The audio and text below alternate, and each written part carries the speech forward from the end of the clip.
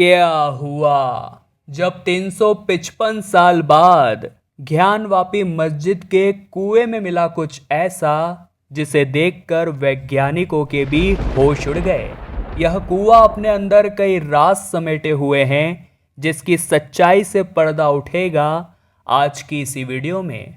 परंतु शुरुआत करने से पहले आप नीचे कमेंट बॉक्स में बताइए, क्या सच में इस मस्जिद का निर्माण काशी विश्वनाथ मंदिर को तोड़कर किया गया था? अगर आप एक सच्चे सनातनी हैं तो हमारे चैनल को सब्सक्राइब करके हमें सपोर्ट जरूर दिखाइएगा। पिछले कुछ दिनों से ज्ञानवापी मस्जिद और काशी विश्वनाथ मंदिर को लेकर बहुत विवाद चल रहा है। इसी बीच काशी में रहने वाले राहुल नाम के एक लड़के ने अपने दादाजी से यह प्रश्न किया कि क्या सच में इस मस्जिद का निर्माण मंदिर को तोड़कर किया गया था। उसके दादाजी एक धर्मशास्त्री थे और अपने जमाने में आरएसएस के साथ भी जुड़े हुए थे। उन्होंने जवाब देते हुए राहुल से कहा कि सन 1670 में औरंगजेब के कहने पर उसके गवर्नर ने काशी विश्वनाथ मंदिर को नेस्तनाबूद कर दिया था, परंतु वे लोग स्वयंभू ज्योतिर्लिंग को नुकसान नहीं पहुंचा पाए थे। वही बाहर नंदीश्वर महाराज पर भी उन्होंने बहुत हथौड़े चलाए, परंतु उन्होंने तस से मस होने का नाम नहीं लिया और वे सेना हार मानकर वापस लौट गई।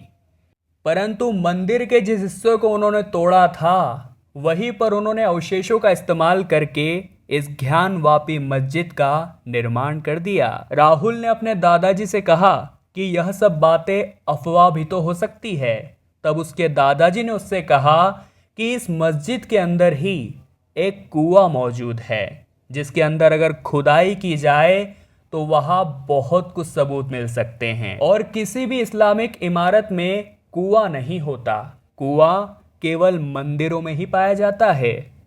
ये सच जानकर राहुल को भी ये बात समझ आ चुकी थी कि ज्ञानवापी मस्जिद का निर्माण काशी विश्वनाथ मंदिर को तोड़कर ही किया गया है और अब वो किसी भी हालात में अपना हक लेना चाहता था। इसी बीच खबर आई कि सुप्रीम कोर्ट ने ज्ञानवापी मस्जिद के अंदर सर्वे के आदेश दिए हैं, जिसके लिए उन्होंने एक वैज्ञानिकों की टीम भी निर्धारित की है। राहुल बखूबी जानता था कि सर्वे का क्या नतीजा निकलेगा, परंतु वो सच्चाई अपनी आंखों से देखना चाहता था। जब सर्वे टीम ज्ञानवापी मस्जिद पर सर्वे करने के लिए पहुंची तो मुस्लिम समुदाय के लोग बहुत ज़्यादा विद्रोह करने लगे, नारेबाजी करने लगे और इस स्थान पर बहुत ज़्यादा भगदड़ मच गई। राहुल समझ चुका था कि मस्जिद के अंदर घुसना इतना आसान नहीं है, इसलिए उसने मुस्लिम शख्स का रूप धारण करा और किसी तरह से वो उस मस्जिद के अंदर चला गया। जब राहुल उस मस्जिद के अंदर गया तो वहाँ का नज़ारा देखकर उसके होश उड़ गए, क्योंकि वहाँ की जो नक्काशी थी वो पूरी तरह से एक मंदिर होने का दावा कर रही थी और उसका जो थोड़ा बहुत भाग था वो पूरी तरह से काशी विश्वनाथ मंदिर के ही साथ मेल खा रहा था। परंतु राहुल को तो उस कुएं के पास पहुंचना था जिसके बारे में उसके दादाजी ने उसे बताया था। थोड़ा और आगे जाने पर सचमुच में उसे वो कुआं दिखाई दिया। वो कुआं बहुत ही ज़्यादा गहरा था, परंतु नीचे जाने के लिए उसमें सीढ़ियाँ बनी हुई थी। सीढ़ियों का इस्तेमाल करके धीरे धीरे राहुल उस कुएं के अंदर उतरता जा रहा था। वो कुआं उस समय पूरी तरह से सूखा हुआ था। वो नीचे उतरता उतरता उस कुएं के धरातल पर पहुंच गया था।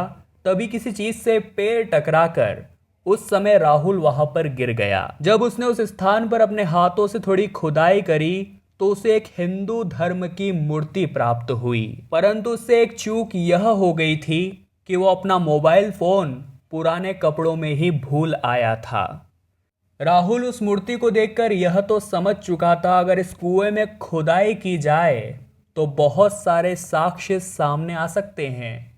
खैर, उसे तो बस सच्चाई अपने आँखों से देखनी थी, क्योंकि जो सच्चाई सचमुच में है वो तो सर्वे टीम के माध्यम से एक न एक दिन तो बाहर आ ही जाएगी।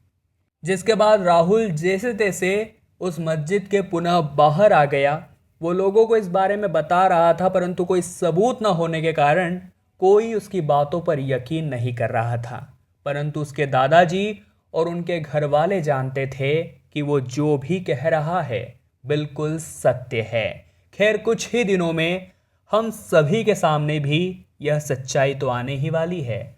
आप हमें नीचे कमेंट बॉक्स में अपनी प्रतिक्रिया जरूर दें कि आप इस मुद्दे पर क्या विचार रखते हैं। और अगर आपको ये वीडियो पसंद आई हो तो लाइक करें और जल्दी से हमारे चैनल को सब्सक्राइब करके बेल आइकन को प्रेस कर ले, ताकि आपको हमेशा ऐसी सत्य चमत्कारिक घटनाएं देखने को मिलती रहे। अभी के लिए आप सभी दर्शकों को हर हर महादेव।